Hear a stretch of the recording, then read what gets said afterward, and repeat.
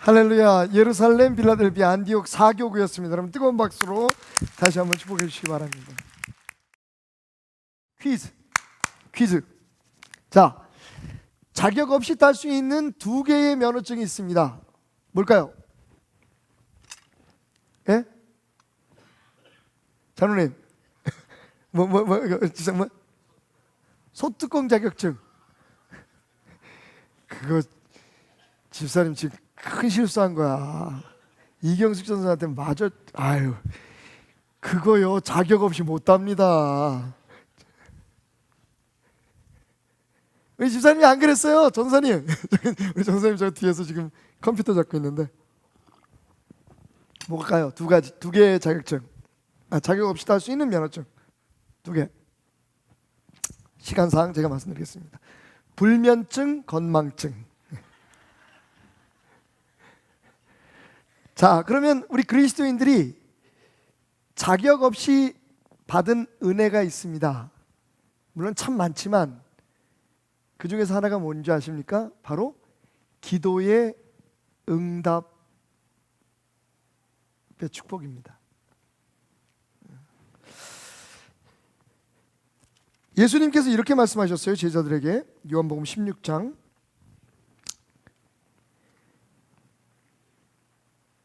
23절. 그날에는 너희가 아무것도 내게 묻지 아니하리라. 내가 진실로 너희에게 이르노니 너희가 무엇이든지 아버지께 구하는 것을 내 이름으로 주시리라. 자, 우리가 받는 응답에는 누구의 이름이 찍혀 있다? 우리가 하나님으로부터 응답을 받지만 누구의 이름으로 주십니까? 그러면서 예수님 말씀하시기를 24절. 지금까지는 너희가 내 이름으로 아무것도 구하지 아니하였으나 구하라. 그리하면 받으리니 너희 기쁨이 충만하리라. 누구의 이름으로 기도하라고요? 자, 우리 오늘 김윤희 전사님 은혜롭게 기도하셨는데 누구의 이름으로 기도를 마쳤습니까? 제가 조금 아까 마지막 기도에 하나님 앞에 그 말씀을 전하기 전에 제 입을 통해서 주님 말씀하시라고 기도하고 난 후에 누구의 이름으로 기도했습니까? 자, 그런데 왜 우리는 항상 기도 끝에만 예수의 이름을 댈까요? 오늘 저는 여러분과 함께 예수의 이름으로 기도하는 이유에 대해서 한번 생각해 보려고 합니다. 진짜 예수의 이름으로 기도하는 게 뭘까? 우리는 천편일률적으로 예수의 이름으로 기도한다는 걸 맨 마지막에 하잖아요. 그래야만 기도가 끝난 것 같아요. 사실 그게 일종의 사인이에요. 예수님의 이름으로 기도드렸습니다 이러고 다 눈 뜨거든요. 그러니까 마치 이것이 하나의 도식이 되어버렸어요. 그런데 정말 우리의 기도는 예수님의 이름으로 마치는 것으로 충분할까요? 자, 오늘 이 두 구절 제가 읽었죠? 우리가 기도하면 누구의 이름으로 주신다고요? 예수 이름으로 주신다 그랬죠. 그러면서 말씀하시기를 누구의 이름으로 기도하라고 했습니까? 예수의 이름으로 기도하라고 그랬습니다. 예수의 이름으로 기도한다고 하는 얘기는 우리가 흔히 생각하는 것처럼 이것이 하나의 주문이 아니에요. 이 이름이 들어가지 않으면 그 기도는 완성되지 않았다고 생각하던 그런 주문 혹은 마침표의 의미가 있는 게 아닙니다. 영어로 하면 조금 더 이해가 가요. I pray in Jesus' name. 예수님의 이름 안에서 예수님의 이름으로 기도드렸습니다라는 뜻은요, 그 예수님의 이름으로 예수의 이름을 사용해서 드린 기도라는 뜻이 아니라 예수 그리스도 안에서 예수 그리스도의 뜻대로 드려진 기도라는 뜻입니다. 그렇지 않으면 최순실 씨의 기도도 응답받아야 됩니다. 제가 며칠 전에, 이틀 전인가요? 어젠가? 그저께인가 얘기했죠? 그 모 교회의 주보에 그분들 이름과 함께 감사헌금의 기도 제목이 있다. 다 기도 제목이 딸을 위한 기도 제목이었어요. 당연히 그 기도 제목이 이루어져야 돼요. 왜? 그분도 분명히 교회에 3년 동안 다닐 때는 예수의 이름으로 기도하고 절에 가서는 부처님 이름으로 빌고 그랬으니까. 어쨌든 예수의 이름이 들어간 그 자체가 만약에 응답의 필수 조건이라면 무슨 소리를 하더라도 아무 말을 짓거리더라도 나중에 예수의 이름으로 기도드렸습니다라고 하면 분명히 그게 축복으로 우리에게 응답이 돼야 되는 겁니다. 그런데 그렇지 않아요. 예수의 이름으로 구하라. 예수의 이름으로 주실 것이라고 하는 뜻은 뭡니까? 모든 것이 다 예수님 안에서, 다시 말하면 예수의 뜻 가운데서 우리에게 이루어지니 너희가 기도할 때부터 예수의 뜻 물으며 예수의 뜻으로 기도하라는 의미를 가지고 있습니다. 자, 우리가 지금 향기에 대해서 얘기하는데 갑자기 목사님 왜 그런 얘기를 하실까 궁금하신 분들 계시죠? 바로 오늘 우리가 마지막으로 공부하게 될 네 번째 향, 자, 소합향, 풍자향 혹은 풍지향, 나감향, 세 가지를 공부했죠? 예, 순서가 바뀌었다. 아, 맞나? 예, 어쨌든 자, 오늘 네 번째 향이 뭐냐면 출애굽기 30장 34절에 나와 있는 네 번째 향은 뭐냐면, 자, 이 세 종류의 향을 어디에 섞으라고요? 유향에다. 유황 아닙니다. 전 어렸을 때 저를 가르치는 선생님의 발음이 안 좋았는지 하여튼 저는 황금 유황 모략이라고 배웠어. 유황은 여러분 알다시피 유황은 그렇게 좋은 게 아닙니다. 유황이 아니라 뭐예요? 유향과 모략입니다. 자, 제가 그 말씀을 다시 한번 읽을 때 여러분 그냥 듣기만 하세요. 여호와께서 모세에게 이르시되 너는 소합향과 나감향과 풍자향의 향품을 가져다가, 자, 세 개의 향품을 가져다가 그 다음을 잘 들으세요. 그 향품을 유향에 섞되, 각기 같은 분량으로 하고. 분명히 향이 네 개가 나와 있어요 지금, 그죠? 소합향, 나감향, 풍자향, 이 세 가지의 향을 마지막 유향에다 섞는데, 여러분 이 말씀대로 하면 베이스가 뭐예요? 기본이 뭐예요? 기본이 유향입니다. 그러니까 이 네 가지의 향을 섞되, 네 가지 향이 다 동등한 위치에 있는 게 아니라 유향에다가 이 세 가지를 섞으라 그랬으니 유향이 기본이 되는 거예요. 이해가 안 가시나 봐요. 멀뚱멀뚱. 제가 지금 여기다가 밥을 말아 먹으려고 해요. 예. 자, 물에다가 밥을 말았습니다. 그리고 그러니까 밥을 마는데 그냥 편의상, 제가 지금 막 좋지 않은 예를 쓰고 있다는 것을 깨달았는데 그래도 어쩌서 그냥 가야 돼. 못 먹어도 고야. 물에다 밥을 마는데, 자, 흰쌀밥을 말았습니다. 또 흑미가 들어간 밥을 말았습니다. 콩밥을 말았습니다. 뭐에다 뭘 말았죠? 물에다 밥을 만 거죠.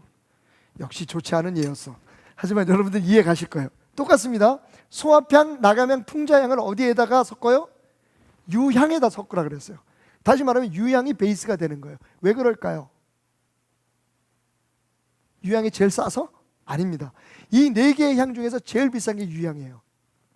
여러분 우리가 흔히 생각할 때 예수님이 태어나셨을 때 황금, 모략, 유향 세 가지의 예물을 드렸잖아요. 그 중에서 뭐가 제일 비쌀 것 같아요? 당연히 황금이지. 그러니까 황금을 가져온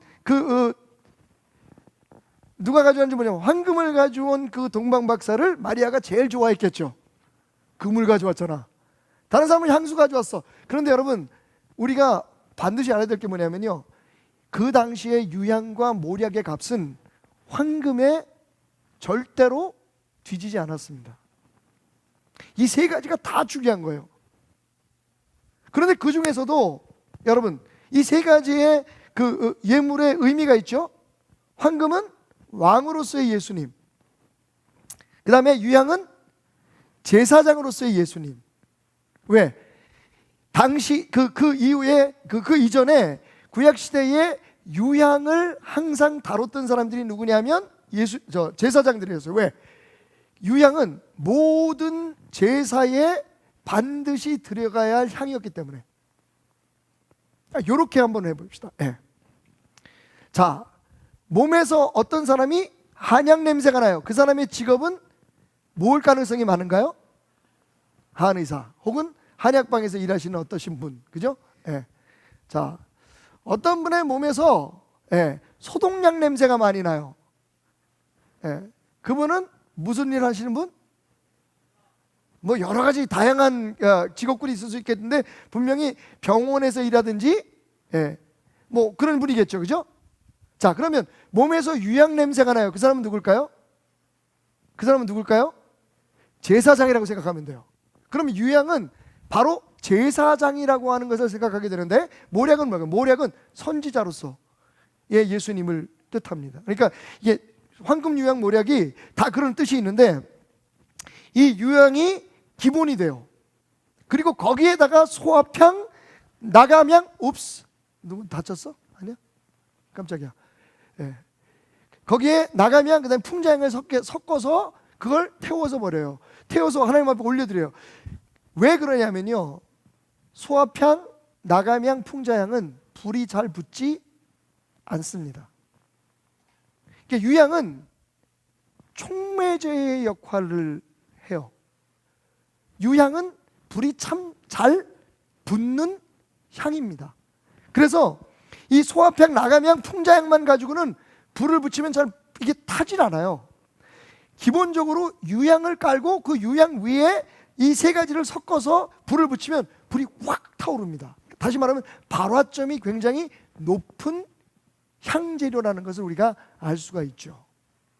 자, 그런데 이 유향을 어디서 만드느냐? 이 유향은 감람나무과인, 예수님을 상징하는 감람나무과인 보스웰리아라고 하는, 지금도요 여러분 이 유향은 여러분 향 같은 거 파는, 향 원액 같은 거 파는 데 가시면요 지금도 이 유향을 살 수가 있어요. 프랭킨센스라고 하는, 프랭크인센스예요. 원래 두 개의 단어가 합친 건데, 프랭킨센스나 아니면 보스웰리아라고 써 있는, 영어로 써 있는 혹은 한글로 써 있는 그 향의 원액이 바로 유향이에요. 이 유향은 굉장히 몸에 유익합니다. 기관지에 좋고요, 위장에 좋고요, 상처난 데 바르면 그 멍이 풀리고 그 어혈을 푸는 그런 역할도 하고 아주 굉장히, 그 다음에 이게 호흡을 진정시켜주고 해서 그 유향을 피워놓으면 사람이 아주 편안하게 쉴 수 있는, 옛날에 유향을 이렇게 조사하다 보니까 클레오파트라가 시저를 꼬실 때 자기 몸에다 발랐던 향이 유향이었다. 자, 오늘 여성분들 집에 가시는 길에 남편의 사랑을 받고 싶으면 유향을 사가지고 가십시오. 지금도 잘, 근데 옛날이니까 그게 통했지 요즘은 그거 잘 안 통할 수도 있어. 이 유향은 감람나무에서 어제 그 말씀드렸던 그 향처럼 나무에 상처를 내서 거기에서 흘러내린 젖빛, 우유빛 그 액체를 가지고 그것을 굳혀서 빻아서 만드는 그런 향료입니다. 유향이라는 한자의 뜻이 뭔지 아세요? 젖냄새예요. 젖냄새라는 뜻이에요. 그래서 제가 실험을 좀 해봤어야 되는 건데, 정말 그 향에서 젖냄새가 날까? 한자로는 젖냄새가 나는 향이다라는 뜻이고요. 프랭킨센스라고 하는 영어 이름은 어디에서 왔느냐? 프랭크라고 하는 말이 pure, 순수하다는 뜻이에요. 그 다음에 인센스라는 말은 향이라는 뜻이잖아요. 그러니까 이게 순수한 향기다 라고 하는 의미가, 그러니까 향기 중에 가장 순결한 향기라는 뜻을 가지고 프랭킨센스. 그리고 그 히브리 말로는 르보나라고 하는데, 이 르보나라고 하는 말의 뜻은 뭐냐 하면 희귀하다라는 뜻을 가지고 있어요. 이 모든 것들이 순결하고 순수하고 그리고 고귀하다라고 하는 의미를 가지고 있는 그런 향입니다. 그것이 어디에서 채취되냐면 찢겨진 감람나무에서 흘러나옵니다. 그래서 유향하면 거의 대부분의 신학자들이나 구약의 성경을 공부하는 사람들이, 구약의 성경 공부하는 사람들은 이 유향은 제사장의 상징일 뿐만 아니라 예수 그리스도를 뜻하는 것이다라고 얘기합니다.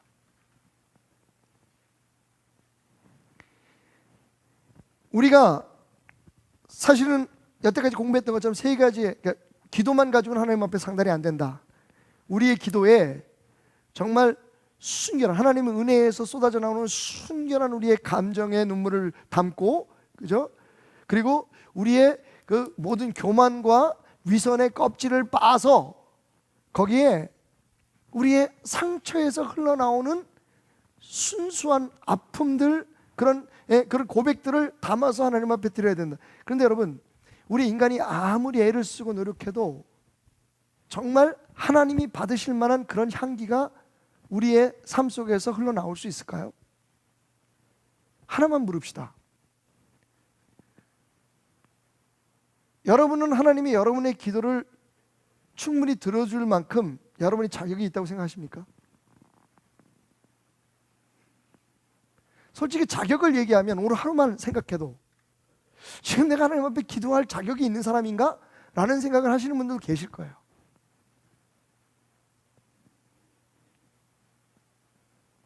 가장 간단한 정의가, 기도가 하나님과의 대화잖아요. 여러분, 우리가 하나님을 만날 수 있는 자격이 있습니까? 물론 자, 영적으로 얘기하면 이미 우리는 답을 알고 있으니까, 예수 그리스도로 말미암아 우리가 의롭다함을 받았으니까 지금 하나님 앞에 거침없이 나가서 두려움 없이 예수 그리스도의 찢긴 몸을 통해서, 예수 그리스도가 찢긴 몸으로 우리에게 열어주신 길을 통해서 주님의 보좌에 나가서 하나님 앞에 우리를 기도를 드릴 수가 있지만, 그럼에도 불구하고 오늘 우리가 품었던 생각들, 우리가 지금 하고 있는 일들, 우리의 손에 묻었던 그 피들, 그러니까 누굴 죽였다는 얘기는 아니고 죄악된 모든 것들을 생각해 보면 솔직히 우리가 하나님 앞에 기도하는데 그 기도가 하나님 앞에 상달될 만한 자격이 없어요. 그죠? 우리가 하나님의 은혜에 감격해서 눈물을 흘리면 물론 정말 눈물은 그냥 나오는 눈물은 아니죠. 그 눈물이 정말 순수하다고 할지라도 사실은 우리 입장에서 볼 때 내 형편만 생각하고 내가 분해서 우는 눈물도 있을 수 있어요. 객관적으로 정말 나는 옳고 그 사람이 잘못해서 내가 분해서, 내가 슬퍼서 우는 눈물이 아니라 상대적으로 나는 내가 옳다고 생각하는데, 나는 내가 불하다고 생각하는데 사실은 내가 옳지 않고 내가 정당하지 않았는데도 불구하고 나는 그렇게 생각해서 우는 눈물도 있을 수 있어요. 우리가 우리 몸의 모든 교만과 위선을 다 빠서 주님 앞에 드린다고 하지만, 여러분 솔직히 저하고 대화해도 마찬가지고 나만 모르고 있는 나만의 위선이 있어요.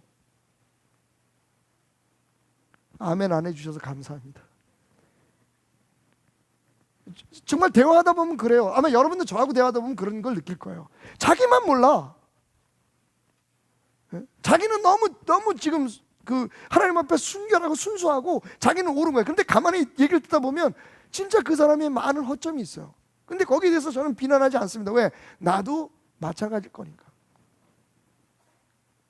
제가 이렇게 말씀드리는 이유는 우리가 그렇게 못났다는 얘기를 말씀드리는 게 아니라 정말 하나님 앞에 나갈 자격이 있느냐 하는 걸 지금 말씀드리는 거예요.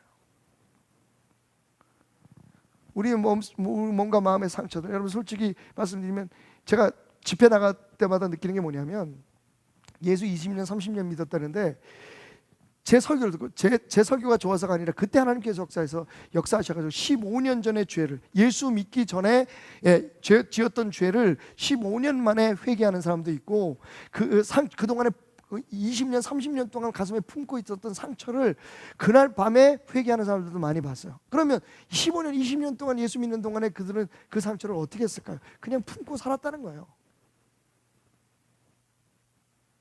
우리가 아무리 우리의 삶 속에서 흘러나오는 상처와 아픔을 있는 그대로 하나님 앞에 드린다고 해도 사실은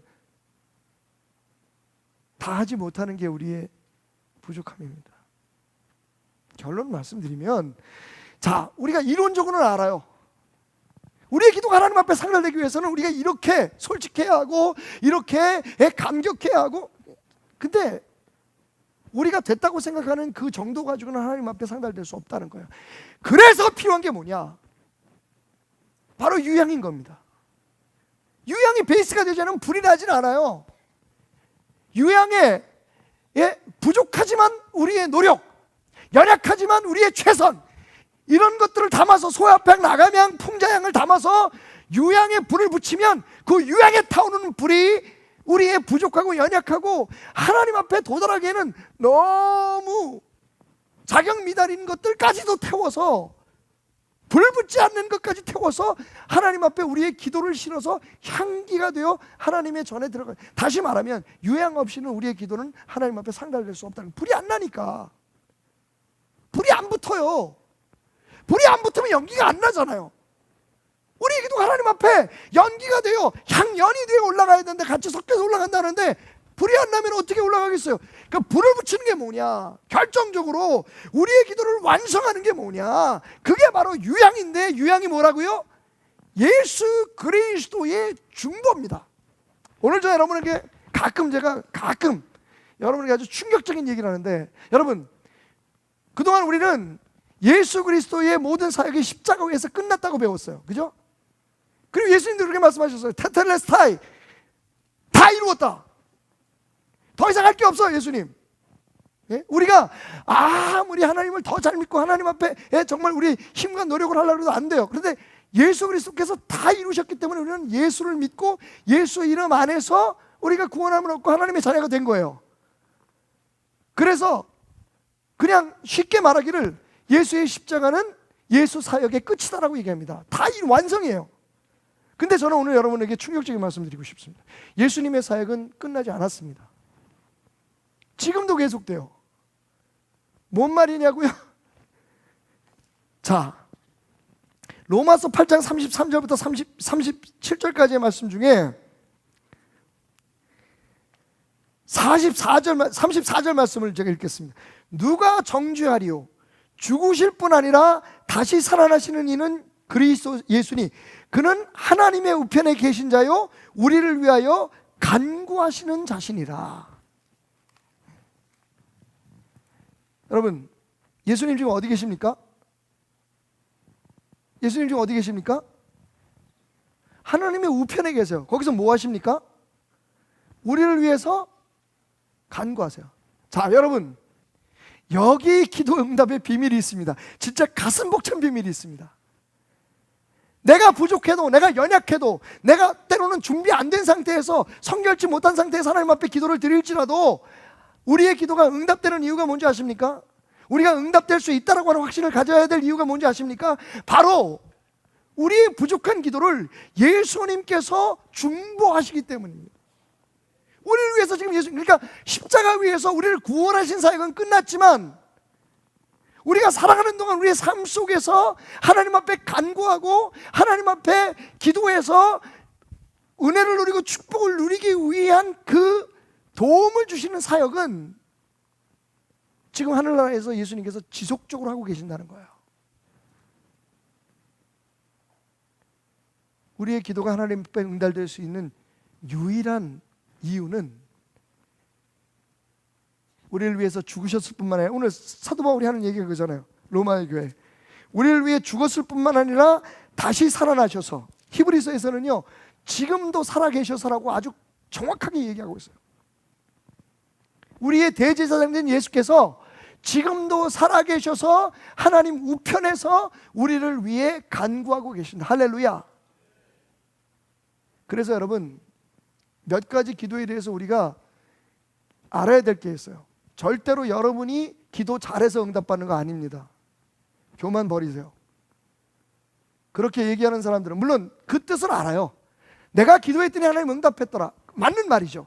하지만 당신의 기도가 하나님의 응답의 필요 충분 조건 절대로 아닙니다. 내가 기도를 오래 했더니, 많이 했더니, 내가 어느 자리에서 기도했더니, 심지어는 내가 예수의 이름으로 끝내는 기도를 했더니 하나님께서 들어주셨다. 이 모든 것들은요 다 잘못된 생각입니다. 여러분이 1000시간을 기도하고 1만 시간을 기도해도 예수 그리스도의 중보가 없이는 절대로 그 기도는 응답받지 못합니다. 은혜예요. 그게 은혜인 거예요. 예수님을 위해서 피 흘려 죽으셨을 뿐만 아니라, 예수님 말씀하셨잖아요. 요한복음 10장 10절에서 내가 온 이유는 너희들에게 생명을 주길 뿐만 아니라 그것을 풍성하게 하기 위해. 하나님은요, 우리 예수님은 애프터 서비스까지 완벽하게 하시는 거예요.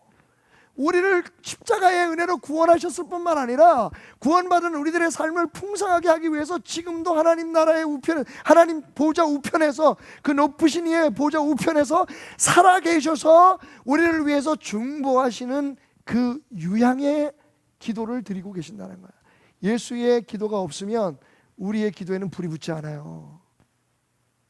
그게 소합향, 나감향, 풍자향의 유향을 꼭 집어넣어야 되는 이유인 것입니다. 아까 읽었던 말씀이요, 로마서 8장 정말 은혜스러운 말씀이 있어요. 37절 말씀을 보면 8장 30절, 그러나 이 모든 일에 우리를 사랑하시는 이로 말미암아 우리가 넉넉히 이기느니라. 여러분 그냥 간신히 이기는 사람이 아닙니다. 우리는 어떻게 이길 수 있어요? 넉넉히 이겨요.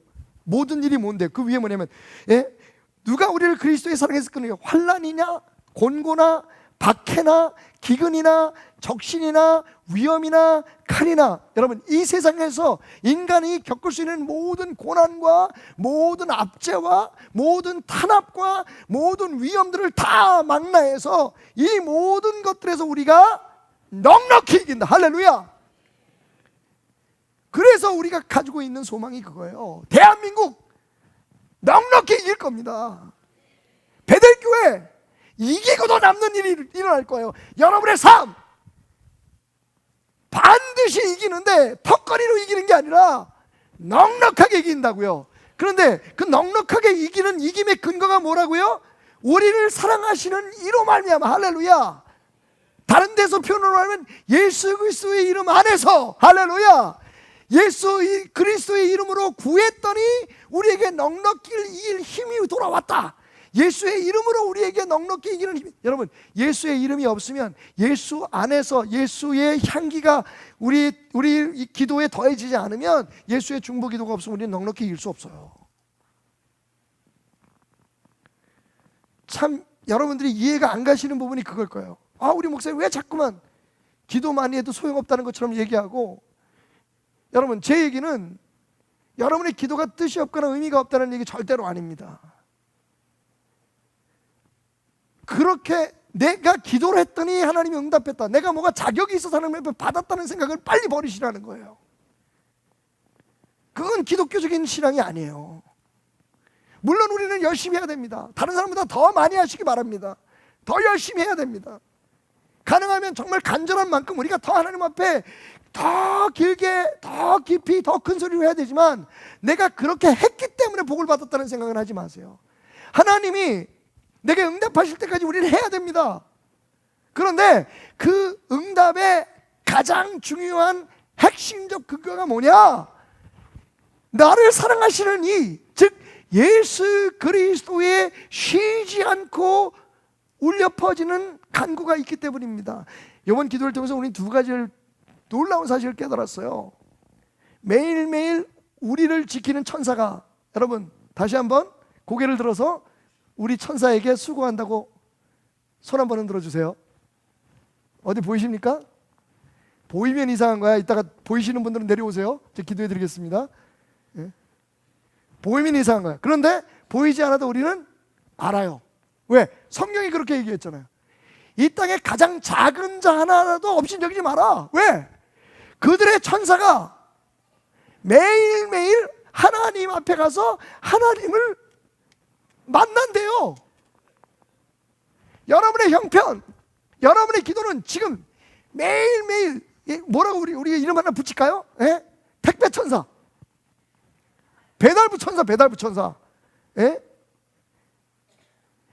우리의 모든 마음과 형편과 우리가 구하기 전에도 우리에게 필요한 모든 것들 하나님 앞에 매일매일 전달하는 천사가 있어요. 그런데 여러분, 그것만 가지고도 벅찬데, 오늘 우리가 발견한 이 말씀 속에서, 유향의 기도 속에서 뭘 깨닫습니까?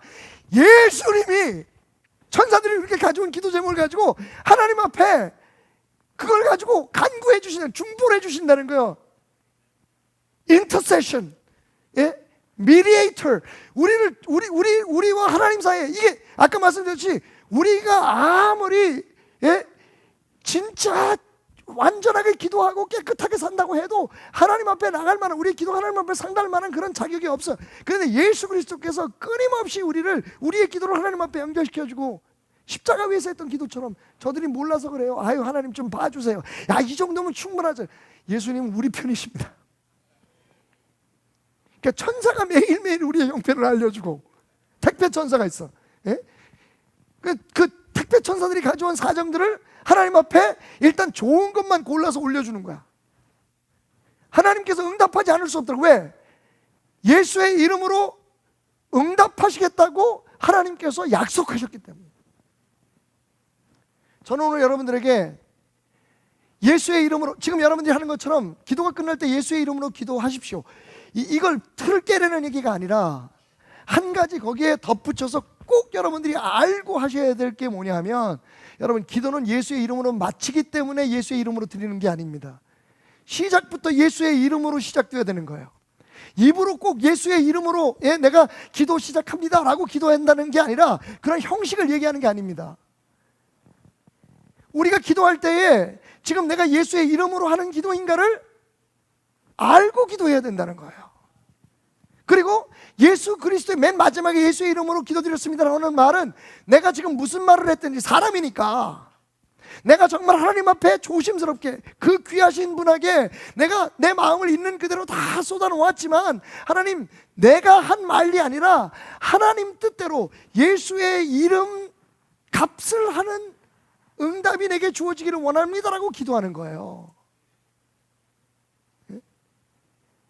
마치 뭐 아무거나 막 바라는 거 얘기해놓고 아무 생각 없이 막 그냥 달래는 거 다 얘기해놓고 예수님의 이름으로 기도드렸습니다. 그럼 그 기도가 기도로 하나님 앞에 상달됐다고 생각하는 것을 버리라는 거예요. 처음에 시작도 예수의 이름, 끝날 때도 예수의 이름, 계속 기도하면서 중간중간에 예수의 이름을 생각하면서 기도를 해야 돼요. 왜? 우리의 기도는 예수 그리스도 아니면 하나님 앞에 응답받지 못하기 때문에. 우리의 기도를 불붙게 하는 것, 우리의 기도를 타오르게 하는 것, 우리의 기도가 향이 돼서 하나님 앞에 상달되게 하는 건 뭐다? 예수 그리스도의 중보의 역사입니다. 자, 여기다가 하나 더 들어가는 게 있죠. 뭘 뿌리라고요? 소금을 뿌려라. 왜 소금 뿌려라? 그 소금 아닙니다. 소금의 역할은 뭐냐? 소금의 역할은 그렇게 우리가 점점 완전체로 그러니까 완벽하게 하나님께서 들어줄 수밖에 없는 그 완전하게 된 우리의 기도에 한 가지 더 들어가야 될 게 있는데, 그게 뭐냐면 소금인데, 소금은 뭐냐? 민수기 18장 19절에 보면요, 소금에 대해서 뭐라고 얘기하고 있냐면, 소금은 영원한 언약이다라고 얘기하고 있습니다. 한번 찾아볼까요? 표시를 안 했는데 민수기 18장 19절입니다. 민수기 18장 19절에 보니까 자, 이렇게 말씀하시죠. 이스라엘 자손이 여호와께 거제로 드리는 모든 성물은 내가 영구한 몫의 음식으로 너와 내 자손에게 주노니 이는 여호와 앞에 너와 내 후손에게 영원한 무슨 언약이다? 소금 언약이다. 옛날에 하나님 앞에 소제를 드리거나 거제는요, 거제도하고는 아무 상관없습니다. 하나님 앞에 이렇게 흔들어 드리는 거예요. 이 거제를 드릴 때 반드시 거기에 들어가는 게 뭐냐면 유향과 소금을 뿌렸어요. 소금이 왜 뿌려졌느냐? 소금의 영원히 변치 않는 성격처럼 우리를 향한 영원히 변치 않는 하나님의 약속들을 얘기하는 거예요. 얼마 전에 제가 여러분들에게 그런 말씀 드렸어요. 내가 요즘 기도할 때 내 기도에 힘이 생기는 이유는 그냥 내 생각, 내 말만 얘기하는 게 아니라 기도할 때 내가 지금 기도드리고 있는 그 기도 제목에 대한 하나님의 언약을 붙들고 기도하기 때문이다. 어제 우리 아이들이 그 시험 봤잖아요. 그러면 하나님, 우리 아이들 시험 잘 보게 해주세요. 우리 아이들 잘 되게 해주세요. 물론 그렇게 기도하는 것, 하나님 예수의 이름 안에서 하는 기도가 하나님 앞에 상달되는 줄 믿습니다만, 그 기도가 더 완전해지고 더 힘있고 하나님 앞에 아름다운 향기로 올라가기 위해서 이렇게 기도하면 돼요. 의인의 자손이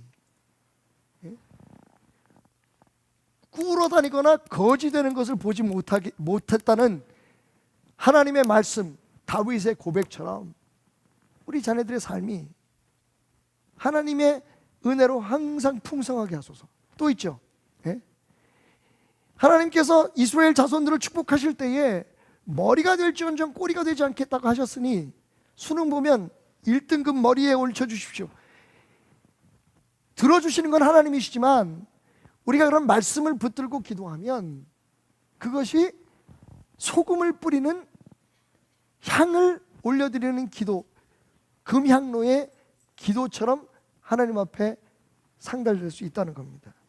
이렇게 5개의 요소가 완전히 합쳐질 때에 우리의 기도는 완전체가 됩니다. 마침내. 물론 다시 말씀드리지만 기도가 어떤 법이나 혹은 어떤 룰에 의해서 하나님 앞에 드려지는 것은 아니지만, 자, 저는 여러분들에게 기도의 방법을 가르쳐 드리는 게 아니라 기도의 내용을 말씀드리는 거예요. 도대체 우리의 기도가 뭐냐? 우리가 어떻게 기도해야 되느냐? 소압향의 기도를 드리고 나감향의 기도를 드리고 풍자향의 기도를 드리되, 예수 그리스도가 날 위해 중보하고 계신다고 하는 믿음 안에서 기도하고, 그리고 뭐요? 하나님의 말씀을 붙들고 기도하자. 여러분, 하나님의 말씀을 붙드는 게 참으로 중요합니다. 정말 중요합니다. 그래서 매일매일 여러분들이 한 구절에도 하나님의 말씀을 붙드는 게 굉장히 중요해요. 사실은 기도를 하는 것만큼, 아니 그보다 더 중요할 수 있어요. 말씀 읽는 것만으로도 하나님 앞에 기도가 될 수 있습니다. 그런데 말씀에 기초를 두지 않은 기도는 그냥 다른 종교에서 외치는 주문과 다를 바가 없어요. 다른 종교도 다 그래요. 다 어디 가보시면 다 자기가 자식들을 위해서 원하는 거, 가정에 원하는 거, 내 자신을 위해서 원하는 거 다 얘기하는 게 기도잖아요. 각기 부르는 시는 다르지만 간구하는 건 다 똑같아요. 그러면 도대체 우리 그리스도인들의, 하나님의 사람들의 기도는 뭐가 차이가 있을까? 예수의 이름으로 드리는 거잖아요. 하나님의 뜻대로 드리는 거잖아요. 그리고 반드시 이루어질 수밖에 없는 것이잖아요. 그러니까 하나님의 말씀을 근거로 해서 예수의 이름으로 기도하고, 그리고 받을 때는 누구의 이름으로 받는다? 예수의 이름으로 받는 게 맞다는 거예요. 우리의 기도가 다른 종교의 기도가 다른 것은 모든 것이 다 예수 안에서 상달되고 예수 안에서 이루어지고 예수 안에서 성취된다는 겁니다. 그러니 말씀이 중요한 거예요. 오늘 한 번만 더 강조할게요, 여러분. 기도가 중요하지만 그 중요한 기도가 하나님 앞에 바르게 상달되기 위해서 말씀을 붙들어야 돼요. 한 구절이라도 좋아요. 내가 기도할 때 생각나는 말씀이 있어야 돼요. 내가 다윗이 기도한 것처럼 하나님 나를 버리지 않겠다고 말씀하지 않으셨습니까? 하나님께서 오래전에 이 주의 종의 가정을 복되게 하시라고 말씀하지 않으셨습니까? 주님이 말씀하신 대로 이제 주의 종의 집에 복을 주사 우리 자녀들이 이 왕위를 계속 이해가게 하시며 하나님이 우리 자손들을 통해서 이 세상을 구원하는 역사를 베풀어 주옵소서. 말씀 붙들고 약속 붙들고 우리의 기도에 소금을 뿌려가면서 예수 그리스도의 중보의 그 보좌 앞에 우리가 나아가 기도하면, 여러분, 예수님 약속입니다. 내 이름으로 구한 것은 다 받은 줄로 믿어라. 그냥 막연한 기도 아닙니다. 이제 우리 기도는 상달될 수밖에 없다. 우리의 마음은 이미 하나님 앞에 알려질 수밖에 없다. 왜? 천사들이 매일매일 왔다 갔다 한다니까. 예? 여러분, 오늘 떡 한 덩어리 들고 나가실 때 꼭 들고 나가세요. 허리를 딱 한 편 펴고 저 세상을 향해서 외치십시오. 까불고들 있어. 예? 저 세상을 향해서 외치십시오. 여러분, 당당하게. 야, 나는 나를 위해서 배치된 내 천사가 따로 있는 사람이야. 월급 안 줘. 예? 능력 막강해.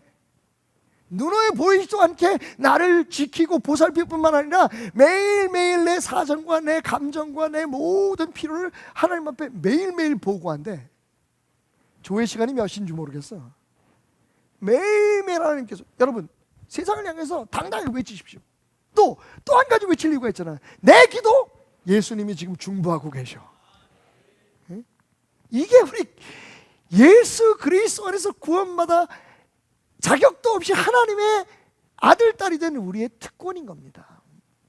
그래서 오늘 우리 기도는 신날 수밖에 없고 행복할 수밖에 없고, 비록 우리가 슬픈 사연을 주님 앞에 아뢰일지라도 우리의 기도는 힘이 있을 수밖에 없습니다.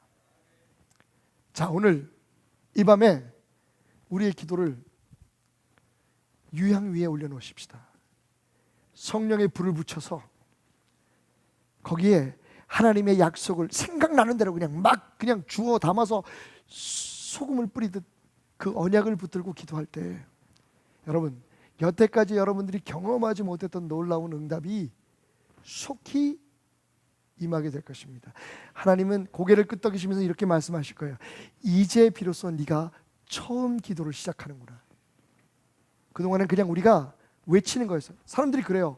제가 이런 설교를 하면 오늘처럼 이렇게 세부적으로 설교한 적이 없습니다, 이 짧은 시간에. 근데 제가 이제 기도에 대해서 설교하면서 막 얘기를 하면 누가 와서 그래요. 근데 목사님 그렇게 해야지 기도 응답 받는, 난 그렇게 안 했는데도 기도 응답 받았는데요. 왜 그런지 아세요?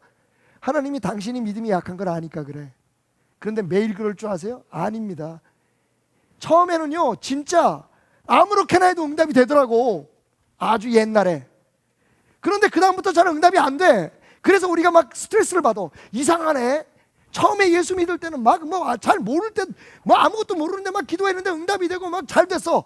근데 믿으면 믿을수록 더 잘 돼야 되잖아, 횟수가 늘수록. 근데 그게 아니야. 자꾸만 뭔가 기도해도 응답이 안 되는 것 같고 오랫동안 막 진이 빠진 거. 왜 그런지 아십니까?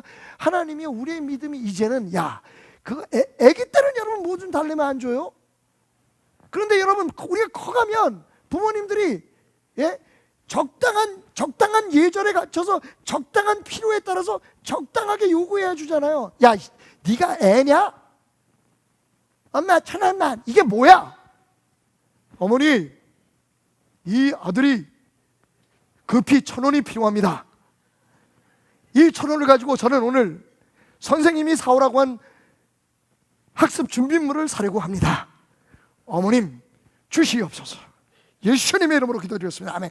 이게 사실은요, 잘하면 잘하는 만큼 우리가 그만큼 은혜 안에서, 믿음 안에서, 지식 안에서 자라나야 돼요. 하나님 그걸 기다리시는 거예요. 그러니까 항상 어린애처럼 하나님이 무조건 아무렇게나 해도 그냥 징징대도 하나님이 들어주신다라고 하는 믿음은 좀 벗어나시라. 이제 믿은 지 얼마 안 되신 분들은 계속 징징대십시오. 괜찮습니다. 우리 하나님이 그렇게 속이 좁으신 분이 아니라고 제가 말씀드렸어요. 하지만 분명한 건 하나님은 우리가 성장하기를 원하십니다. 이제 이만큼 믿었으면 그 하나님의 은혜를 좀 알고 우리에게 거저 주어진 그 축복을 좀 누리고 세상 앞에서 좀 당당할 필요가 있다는 거죠. 자, 어떻게 하라고요? 기도 마치시고 나갈 때 떡 한 덩어리 손에 들고 허리를 펴고 세상을 향해서 까불고들 있어. 나는 내 직속 천사가 있는 사람이야. 내가 예수님이 오늘 나를 위해 하나님 보좌 앞에서 매일매일 나를 위해 변호해 주시고 중재해 주시고 나를 위해서 중보해 주시는 사람이야. 내가 부족하지만, 내가 연약하지만, 내가 모자라지만 내 기도는 그래서 100% 하나님 앞에 상달된단 말이지. 여러분이 그런 하나님의 자녀임을, 자격 없이 그 자격을 얻었음을 감사하며 하나님 앞에 오늘 여러분의 기도를 올려드리기 바랍니다. 감사의 기도가 쏟아져 나와야겠죠. 그리고 예수 그리스도의 이름으로 드려야겠죠. 여러분의 기도가 오늘 하나님 앞에 상달됨을 축하합니다. 박수로 하나님 앞에 영광을 드리겠습니다. 하나님 들으신다니까요. 하나님이 듣지 않을 수가 없어요. 하나님이 지금 여러분의 기도를 듣고 계십니다. 부디 예수 이름으로 여러분에게 그 응답이, 축복이 주어지기를 주님의 이름으로 축원합니다. 전능하신 나의 주 하나님을